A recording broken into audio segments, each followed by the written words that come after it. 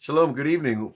Welcome to our daily class on Hasidut and Kabbalah here in Eretz Israel. I'm Avraham Shira, and I just wanted to share some ideas from Yom Ha'atzmaut, the day of Israeli independence. It's such an interesting day when you live in Eretz Israel because it's a little bit schizophrenic. What can I tell you? You've got people that are celebrating the day, and they've got people that are mourning the day. You have people that are excited about this day, and they're taking their families out and having wonderful picnics and vacations and barbecues. And then you got people that are saying Tachanun and all the vidui and all the confessions that are in the prayer books and treating the day as if it's the second worst day in creation. So it's really interesting to sit here and watch all of it, and try to find my center in this, because I think the center is the sanest place we can be, especially in terms of religion, in terms of mitzvot, in terms of society, in terms of people, that the center is the place where we make peace between extremes, right? And that center it's a hard thing to find, especially when it comes to politics and religion. Because in Israel, politics and religion are bound together like, two threads in a garment. And it's in America, we were raised that no, politics is over there, and religion is over here, and government's up here, and, sports, of course, is right in the middle of everything. And America likes to compartmentalize realities. And here in Israel, you cannot not be political. No one will accept you. And if you're not religious, it's already a religious statement. So, it's quite interesting. And I call it schizophrenic with a little tongue in cheek because there is this kind of dual personality going on. And I entitled this little talk, what came first, the physical or the spiritual? And this is a question that you can ask throughout the Torah, throughout the Bible, throughout Jewish history. The rabbis, Rabbi Eliezer and Rabbi Yeshua, were great sages at the time after the destruction of the Second Temple. And they argued, what came first, the physical or the spiritual creation of the world? Let's go back to the beginning. Rabbi Eliezer says that Rosh Hashanah is in Tishrei, which we know is coming up in several months. And Rabbi Yeshua says, no. Rosh Hashanah was in Nisan, which we just had in the month of Passover. Now, how could be these two? The calendar is pretty clear, folks. Rosh Hashanah is in Tishrei.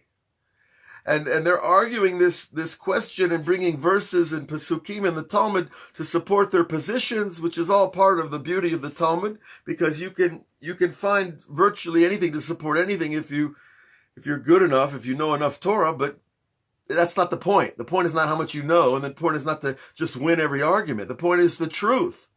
We're trying to get at the truth. Now, what's going on? When was the world created? What came first, the physical or the spiritual world? Well, we assume that God came before the world because he created it, and he's purely spiritual. So we could use that as a default answer, that God created the world spiritual first, and then it became physical. And that would mean that the first creation of the world was not physical at all. And the Arizal agrees with this. The holy Rabbi Yitzhak Luria tells us in several of his books from 500 years ago that the world was a completely spiritual place until Adam and Eve fell through the eating of the fruit of the tree of knowledge of good and evil. In other words, man was a purely spiritual being. We did not have these bodies. You could put one hand right through the other because you were a hyper light being. You were a soul, and you were in conjunction with other souls. And only when they ate from this tree were they able to enter the duality. And the duality meant the creation of the physical world, including our bodies. So what we see here is the paradigm is set now. We begin with the spiritual, and then we become physical. And guess what happens? A couple thousand years later, God gives us the Torah, the ultimate spiritual document, that's supposed to turn us from physical beings back into spiritual beings. So we've gone full circle. The world starts spiritual and it ends up, hopefully, our goal, of course, is spiritual. But we got this long realm called the physical history of humanity and the planet Earth, etc., etc. And we're in the midst of that now. Okay. But we can ask the question in other areas. Let's look at the mitzvot themselves. To do a mitzvah, to make kiddush on Friday night, I need a bottle of wine and a glass, right? And maybe a prayer book, if I don't know it, the blessing. Okay, fine. So I need the physical thing to do the spiritual thing. So I've reversed the paradigm, you see? And it's the same thing with tefillin, and it's the same thing when if you want to light Shabbos candles. I need the physical thing first to perform the spiritual act. And so, what is this teaching us? Well, it should further strengthen our faith in the cyclical nature of the whole history of this experiment called planet Earth and humanity, that we are on this journey from the spiritual to the physical, back to the spiritual.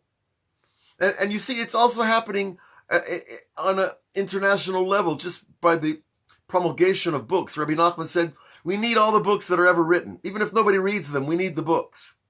Because the books, even if books aren't read, they still represent the drawing of energy, of mind, of power, of intelligence from the non-physical, the spiritual, which is the non-physical, and into a book. It becomes physical. Words are physical when they're written on a page.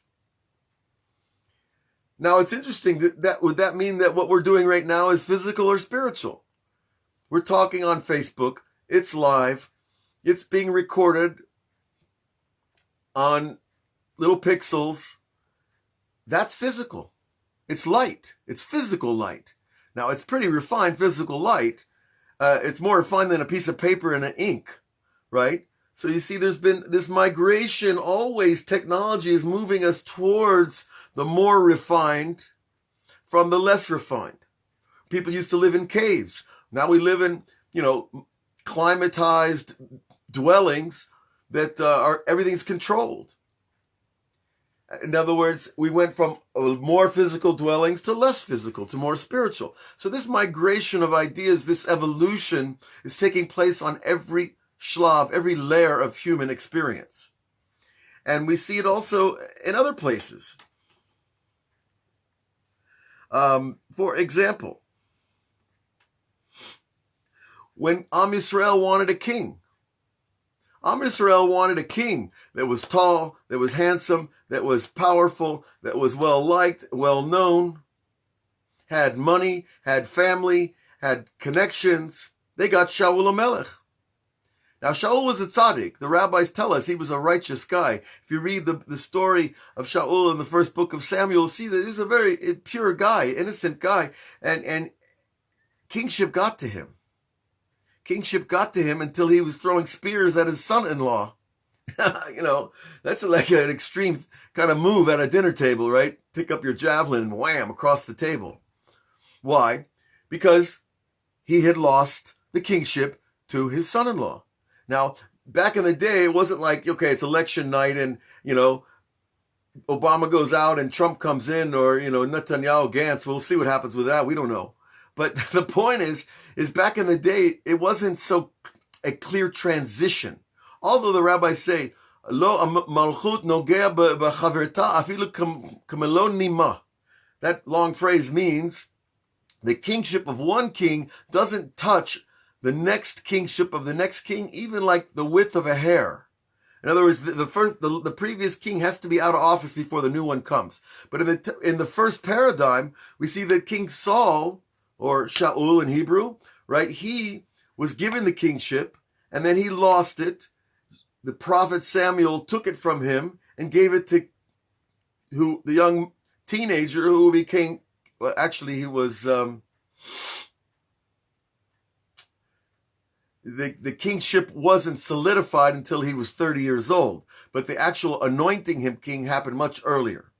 Okay, the point is that again we have a king who is very much grounded in the physical world, He was a warrior, Saul. He had a family of sons who were warriors. King David was a shepherd. He played the flute. He was out in the fields. He was a spiritual guy. He was talking to God all day. Now, of course, he was physical. He took on the lion and the bear, and there's stories about his activities. He was no wimpy guy. However, we see that the nature of the kingship shifted between the two. And this is also like the shift that we're talking about that we're part of now, today, on Yom Ha'atzmaut. And that's why I'm going to bring this now. Yom Ha'atzmaut, we're celebrating the day that Ben Gurion declared to the world the establishment of the Jewish state. Wonderful. These people came to this land, was overrun by mosquitoes and plagues and Arabs and people that hated us. And they did all the hard work to build up a physical plane. Why? In order that it could become more spiritual. Again, following this paradigm, once Adam and Eve were kicked out of the garden, the world became physical. And then they had to bring it back to the garden, bring it back to the spiritual. And so we have this same paradigm in operation between the kingship of Saul and to King David. And that movement is the building of the physical land and then the spiritualization of that land, the sanctification of it. We have to have the cup and the wine before we can make Kiddush, folks. And so these people that say, I hate the Zionists, and these people that say, I hate the religious, they miss the point. They miss the shift. They don't see the big picture, that we need both parts of the equation to make a full Jewish people, a complete pattern. All right? And so I think that the whole Zionist period, the people that met first in Basel, Switzerland in 1888 with Theodor Herzl, I don't know how many were religious or how many were kept some mitzvot. You know, it's a very tricky thing. The Lubavitcher Rebbe said, never use the word religious. Because every Jew, he said, keeps mitzvot. And we don't know who's religious in God's eyes. And just because I got a big white beard, that means I'm more religious? And this guy that's running around in jeans and a t-shirt, who knows? Anyway, so these people sanctified and sacrificed their lives to build this land, to build the physical part of the vessel in order that we could receive or elevate and evolve into a more spiritual people. And it's happening everywhere. If you just have to look around. I don't know about the news stations and the media, but in terms of the Jewish people, you see that they're seriously becoming more and more involved in Torah and mitzvot and prayer and good deeds and finding values in life and leaving the non-Jewish model of why we're here on this planet. Because that model doesn't work. That model puts pleasure first. And the Jewish people put service first. Okay? Whether it's serving God or your family or your children or, your creator. But okay, well, I don't want to go into the debate, right? Because that's not the point. The point is that on this day we are celebrating the sacrifice of other Jews for this land. My wife and I have been living on the land for 22 years. 24 years, actually. And on this day, what we do? We make a barbecue like other people, but we work in the yard and we build things. And we build walls. Today we're working on a pool. We're working on a garden. We're trimming a tree. We're fixing a fence. Whatever it is. And that's building Eretz Yisrael. And I feel like that's connecting to the day more than watching jets fly by because they can. It's nice. It's exciting to see a jet fly by. But it's making a statement it is part of the statement of building the physical Eretz Yisrael, that we have fighter jets that can protect us. It's a nice thing. We need those. We needed those in 1967. Hopefully we won't need them again. But really building the land is being attached to the land. And so this day is a day that we can heal ourselves by embracing both sides of the equation, both sides of the paradigm of moving from the physical to the spiritual. And it's not so hard when we see that they're really integrated anyways. You know, you need wheat if you want to make hamotzi lechem min haaretz on Friday night on Shabbos, right? You need cow leather if you want to make tefillin. You need a mikveh pool if your wife wants to go to the mikveh at the right time of the month, etc., etc. We need physical things. But we are spiritual beings in physical bodies. We are not physical beings trying to be spiritual. I'm sorry, that's a reversal. We're not physical beings. We were spiritual beings first. And then we were thrown down into our bodies and said, okay, try it down here, folks. God says, you can't handle the garden, you can't handle the snake. You can't do what I said. One mitzvah I gave you. Don't eat from the tree. Okay, try it down here. Now, that's a long story and why it happened. And the Kabbalah says that it had to happen and that man needed to leave the garden in order to appreciate and to understand where he came from. Because if you're always one with God, you don't know what it's like not to be one with God. And the only way you can appreciate that relationship is not to be one with God. And then you can start to really value, wow, you know, I really want a relationship with the Creator. I want something of this oneness here. This world feels it's all in pieces. And I want some unity. So I have to enter the world of the pieces to get back to the unity. And that's essentially a miniature, take on what we're doing here. Now, not everybody's so spiritual or so interested. But I think if people are given the opportunity, they'll see that they're just not looking for it. You know, they say no atheists in a foxhole. Well, that has to do with the fear of death. But very few people come back to God from the fear of death. Now, I've met a few people that have had NDEs, which are called near-death experiences, and that has a profound change on them, and they become more religious and more spiritual because of that. That's the default option. We don't want to have a near-death experience to say, God, are you there? God, if you're there, please let me know. I need some help here. I want to do what you want me to do, but I can't be a fool. I need to know you're there. That's how I started out. I said, God, I came from secular people with secular values. And I said, the model doesn't work. But I'm not going to be just a religious robot. I want to do things from the heart, from choice, from desire. And the robot model doesn't work either, even if you keep all the mitzvot. At the end of the day, it's a very empty vessel. Okay, so Yom Ha'atzmaut is a day of celebration, whether or not you say Hallel, whether or not you say the blessing.